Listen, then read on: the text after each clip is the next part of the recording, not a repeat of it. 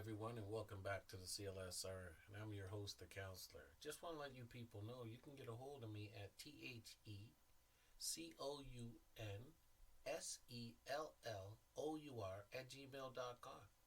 That's the counselor at gmail.com. Now, I want to say to all my wonderful listeners out there, let's continue to spread the word like the wise old bird and put your money where your mouth is so we can handle this biz. Take care. Welcome to the CLSR, and I'm your host, the counselor. And today we're going to talk about you can't think when you have that drink. Yes, I'm talking about that alcohol. Now, we've talked about this before, but I need a reminder for a lot of people because I'm seeing things that I'm not really comfortable with. And I think we got to break the notion that it just has to be acceptable in everybody's lives. And I think that what happens is a lot of us don't realize the effects it's having on our lives. It's little things that could change the way your life is going or your child's life. It's these habits, silly rabbit, that we adopt as we grow and we impart them on our kids, or we make that a part of celebration. We make that a part of our lives. Now, what I'm talking about is this alcohol. Now, I ain't wanting to give you no general advice on alcohol. I ain't your daddy. But what I want to do is give you a little bit education.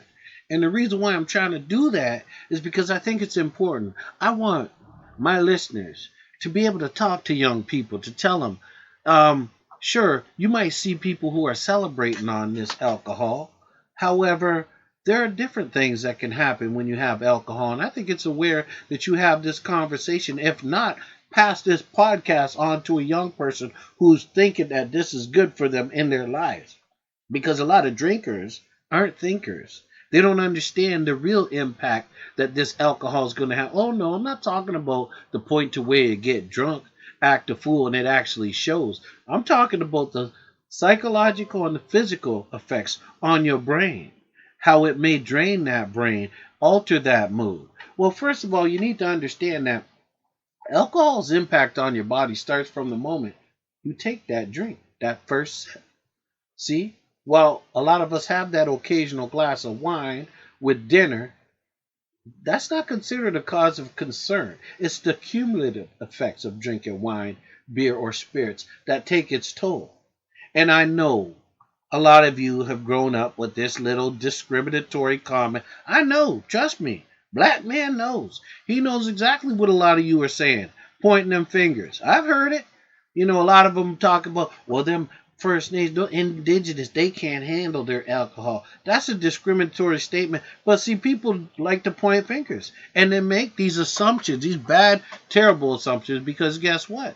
This justifies what they do and they get to point fingers at it. But the truth of the matter is, I used to hear people say that, even colleagues say, yeah, well, you know, the truth is, if you look deep enough in a lot of these indigenous, they can't handle their alcohol.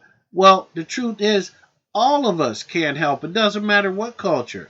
And if we're being honest, it's time for us to look at ourselves. It's time for us to take stock on what we're really thinking and what we're putting out there. I mean, it is true. Alcohol affects a lot of people. Black, white, purple, or green. But it's not good enough to just tell you that. You're not going to look at yourself.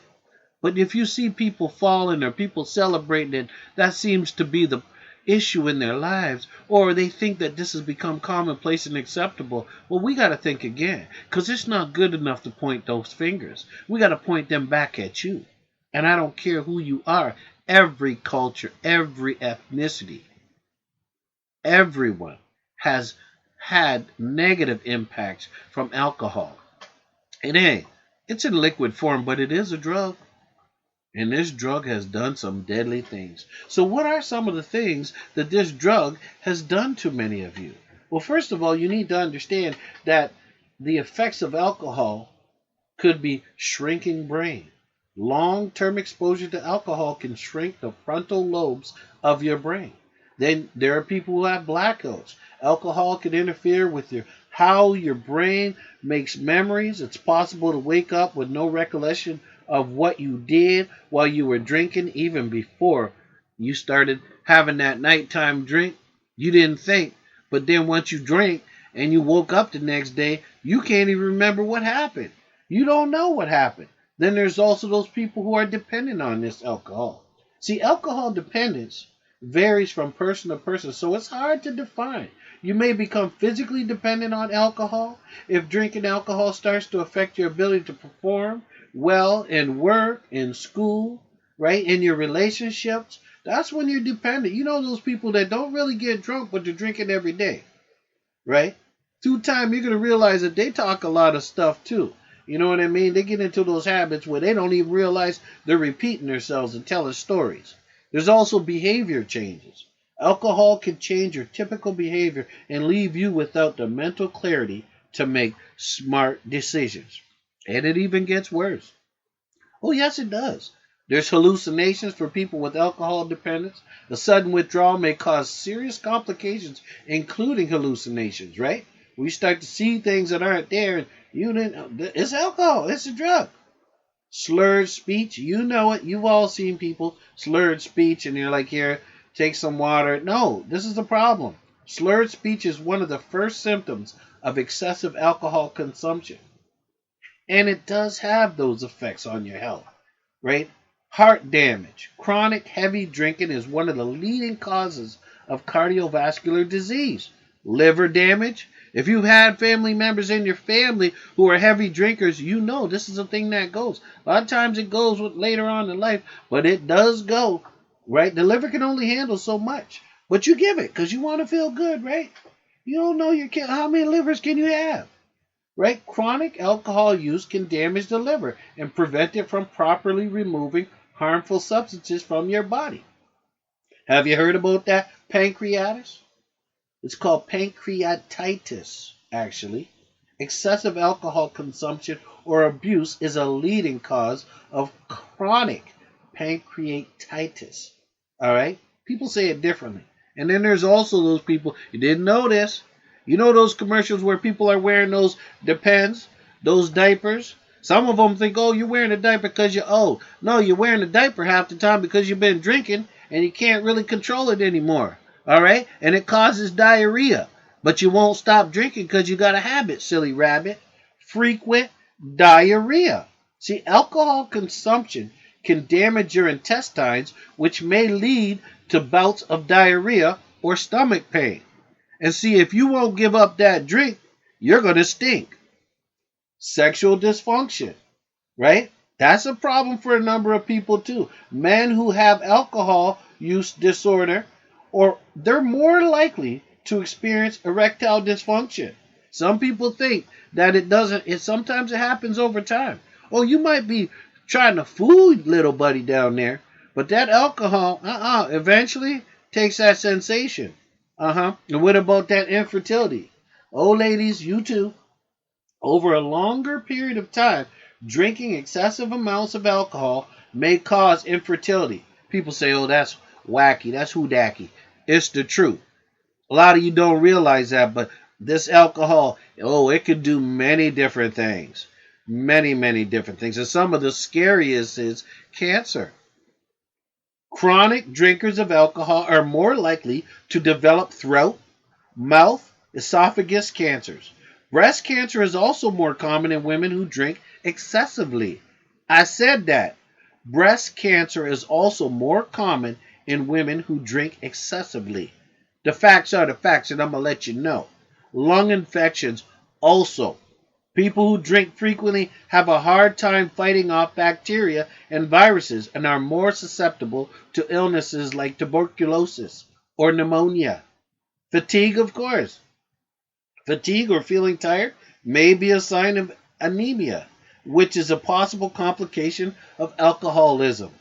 And of course, you know when you get that uncle rubbing that belly all the time, stomach distress, drinking too much can lead to bloating, gas, and painful ulcers. Oh, you don't drink that much. Sometimes your body don't need any at all, but you're still giving it a little bit. All right? And what about this other one? Birth defects. A pregnant woman's heavy drinking can increase a baby's risk for several conditions, including fetal alcohol syndrome and issues with mental development.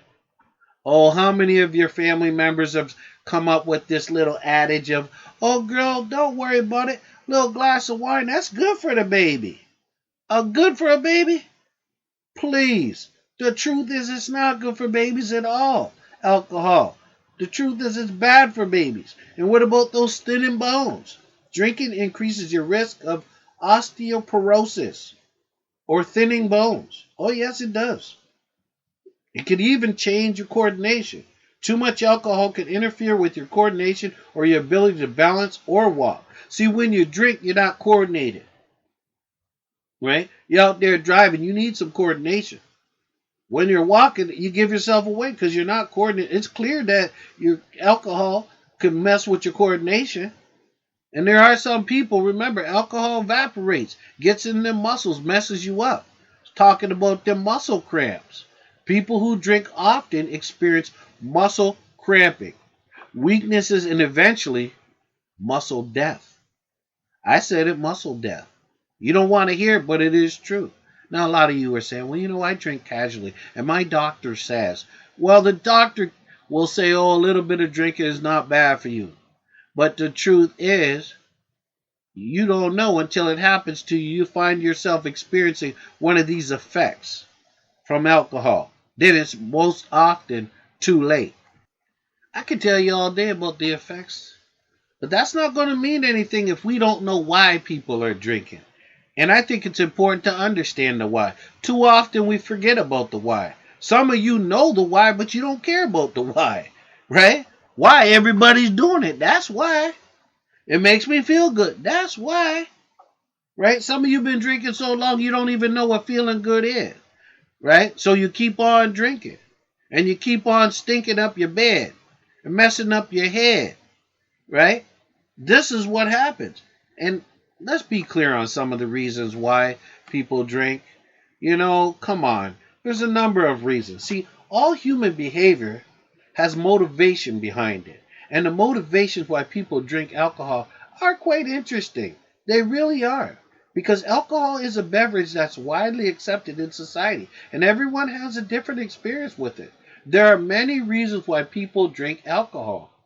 Okay? And I'm going to tell you one of them. One of them is stress. No, it's real.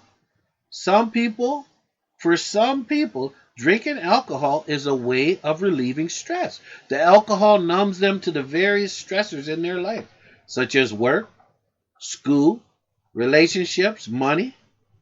The irony is that when people drink too often to cope with their stress, they usually make the problems they're stressed out about even worse. And they can develop worse problems like alcoholism.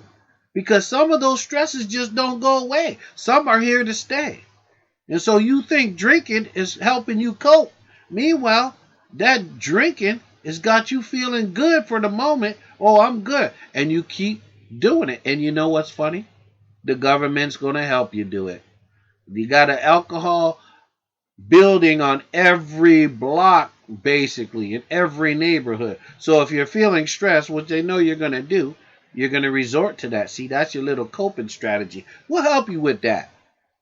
But there are other people who drink for different reasons. Peer pressure is a reason people drink.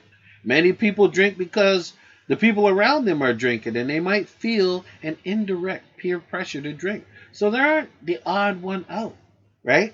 I'm going to do what they do.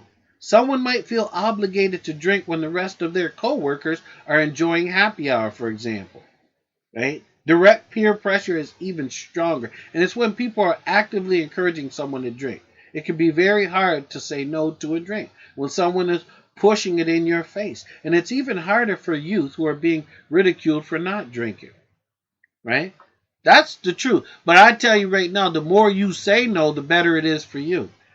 Okay, you got to start somewhere if you're really serious about it. Now, there are going to be people, of course, that don't listen to the counselor. They're going to continue drinking. But I want you to have a choice. I want you to have an informed choice of the decisions that you're making. And of course, a lot of people, they drink because they consider it fun, right? People generally tend to drink alcohol in order to have fun. Being drunk makes them feel happy and spirited, and drinking alcohol with friends can be a fun experience. See, if people are nervous in social situations, drinking helps them let loose and have more fun. People drink to have fun at parties, nightclubs, barbecues, and more because they think alcohol enhances their experience. And there's a lot of people out there with that thought. Alcohol's it. But that's not really good for you. I mean, people are going to drink, and you know what? Hey, that's for you.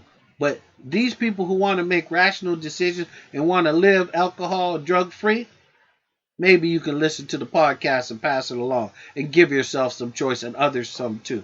But there are people who are also drinking because of their inhibitions. Being under the influence of alcohol causes you to lose your inhibitions. It gives people a sense of bravery and being carefree, which allows them to do things, safe or unsafe, that they wouldn't do this if they were sober.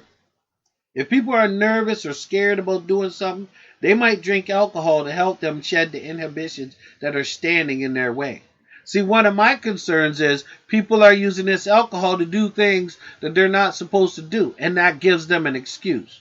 Jumping on somebody, attacking somebody, violating somebody. See, that's sometimes too get you brave enough. Somebody don't like you, and you use that drink to violate or to push boundaries. That's what I'm concerned about. And then see, the really scary part is the courts buy that garbage. Oh yeah, it's true. You can forget. But does you know you're drinking? You know what you're doing before you pick up that drink. That to me is accountable. So whether you forgot or not, or you're playing like you forgot, you still were drinking. You put yourself on them drugs. So there has to be some accountability there. But a lot of the courts give that excuse. Some do. Some do. They give that excuse to people. Oh, you were drunk. Well, that's why that's not an excuse. But you know what? Most institutions are going to back it because they're making money off of it, right? They're making money off of your pain, right? You want to sue a bar or a restaurant for serving you alcohol, but you don't want to sue the institution that licenses it, right? To change.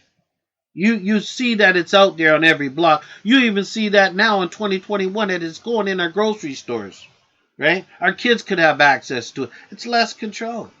Oh, they say, oh no, you don't worry about it. Kids go in there and grab some stuff that they need. They don't need it. Right? But guess what? Maybe we're not getting it to enough people when we have it in these locations, like the LCBO. Maybe we need to put it out there more. Like in the States, they're a good example for having alcohol in every corner. Right? That's beautiful. But there are also people who drink out of curiosity. It is true. They do. The reason of curiosity generally applies to a younger crowd. Kids, teens, college students who've never drank before might drink alcohol because they're curious about what it tastes like, or they're curious about what it feels like to be drunk. They begin to drink alcohol in a purely experimental way just because they want to experience drinking firsthand. However, there are plenty of examples of young people getting sober and increasing their quality of life. And I'll tell you, you can really increase your quality of life if you're not drugging yourself. And I think in these colleges and universities, not everybody is drinking, but there are a number that, they equate drinking and partying to college. Oh, my college years. However, there's some instances of some of those young people out there drinking alcohol, they usually get a little carried away, right? These parties are parties. A lot of things go down. So if you don't really want to be a part of that, understand that it's a culture out there that you don't have to subscribe to. Do you understand? But a lot of people feel because it's on every corner, in every neighborhood, every backyard it appears to be. Not every, but the majority. All right? And then there's preference. Some people drink alcohol simply because they enjoy the taste. When they are thirsty and want to enjoy a beverage in some situations, they prefer to drink alcohol, such as a glass of wine or beer over drinks such as soda, iced tea, or water. It's just preference for them. And then there's accessibility for other people, if it's accessible, which, like I said, there's countries that have it on every corner. Another reason people drink alcohol is just because it's available. They might enjoy alcohol for any reason, but they wouldn't seek it out. They choose to drink only because the alcohol is already there. It's easy because they can. So what does it say when you start putting alcohol in grocery stores and Walmart and all these major metropolitan grocery stores that were for food, clothing? Now all of a sudden we got booze. right? Whatever your reason behind drinking, understand there's a difference between casual drinking, abusive drinking, sober, right? Right? The nation does not discriminate drinking. We simply stand by the fact that some people can't drink at a normal rate. The habit becomes an obsession. And if you feel as if you have a drinking problem and you need some help, you need to call. You need to get yourself some help and just make that change. If you need assistance, you're going to have to call an organization. You have to call. You can go to your church. You can tell them you got this drinking. You could go to the hospital. You might need to be in a program. But I'm telling you, there needs to be some change, and you need to look at your children. If they're involved in drinking and you wonder why they can't get along and they can't cope in society, take that away at least. Make that make sure it's not one of the issues on how they're coping in society. But it is a drug. And it's so common out there that it's scary, and it's also being projected on internet. It's on the television, advertisements, money, billions and billions of dollars are being put into it. People are drinking and they're not thinking. Not just about drunk driving. That's a big one. It's a big killer out there. But the point is, it's affecting our brains. It's become commonplace. It's become something that people are resorting to without thinking of the effects it could have. The clean brain is a rare brain. That's sad, but it's true. Seems like kids today are just picking up what their parents were on. They just have become a part of society. Think about it. I get really upset and sad when I see people who are drinking, even casual drinkers that's all they do in life is they're drinking. I see they're wonderful people with personalities and they could contribute so much to this world and they just keep resorting back to it. And a lot of people say and they reminisce about the same old thing. That's what's scary is that people get addicted to it. And if you were to take it away, they fall apart. And you would start to see some real bad effects from this drug. And the truth is that people just become complacent, they become conditioned, and they feel that they don't have choice, or this is just the life that they want to lead. And you don't need to stop drinking just because it has negative effects. Sometimes you need to start thinking about, well, do I need it? And if I do start drinking, do I need to resort to it? And is it addictive? Can I get, myself in trouble with this thing? It is a drug. And I just like to give the simple advice is that, try to live without it. Try to eliminate it. I don't care what your friends are doing, what your family's doing. Try to live without it. Try to be that person that can live without that drug and find your real happiness. I know a lot of people say, well, all my friends drinking this that. You still have choice. You could still have choice. You could still dance. You could still talk. You could communicate. You could be clear in your thoughts. You could communicate better. But still give yourself that choice. Because there's so much external pressure for a lot of people when you got these stresses. If something's stressing you so bad in your life that you feel that you got to pick up a drink, then you got to look at those stressors because usually the drinks just help people temporarily cope with the stressors, but it doesn't really rid those stressors. And sometimes you want to eliminate some of that stress. And maybe that's what you need to be working on. Not just trying to cope with things, but working on real elimination of those stress, your happiness, or things that are occurring that you feel you need to, resort to. But most importantly, try your best to live without any influence of drugs in your body. That I just believe strongly, very strongly, that there's a sense of happiness and a sense of purpose that comes back to you. And you actually start to see things around you that, could use some improvement, or, you could see that things that maybe aren't working well could be better. You're clearer in your thoughts. You're not making excuses for your actions or blaming it on the drink. You actually take time out to think.